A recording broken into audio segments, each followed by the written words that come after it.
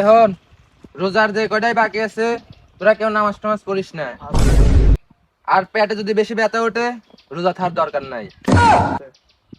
হন, যদি কেউ খাওয়ার কিছু হাতে কান পেয়ে খাওয়া ফেলাবি।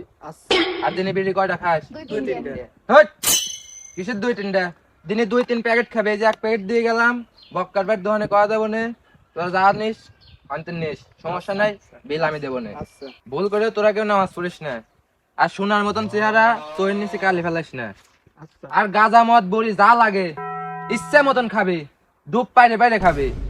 আর হন, তারাবির নামাজে যায় মুরব্বীর গোয়ায় লোক দিবি, বলেও কিন্তু মধ্যের লোক দিস না, কিনার লোক দিস। কারণ মধ্যের লোক বড়, দিল্লি পরে পড়তে পড়তে যাবে না। তোরা থাক, আমি চলে গেলাম।